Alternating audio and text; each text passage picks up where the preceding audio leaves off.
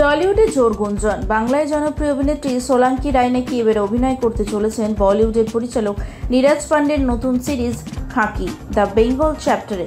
কলকাতার প্রেক্ষাপটে তৈরি এই সিরিজে নাকি এক গুরুত্বপূর্ণ ভূমিকায় দেখা যাবে সোলাঙ্কিকে।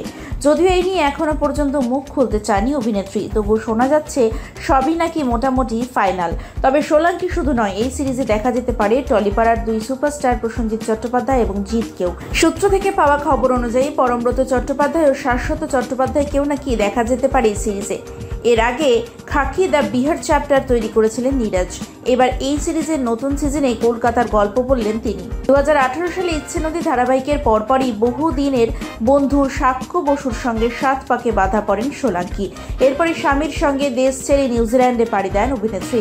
তবে কয়েক বছর পর ফের কলকাতায় ফিরে এসে অভিনয় শুরু করেন তিনি। গুঞ্জন উঠেছিল সোলাঙ্কি ও তার স্বামীর মধ্যে সম্পর্কে নাকি চিড় ধরেছে। তবে নিজের ব্যক্তিগত জীবন নিয়ে কখনোই মুখ খুলতে চাননি তিনি।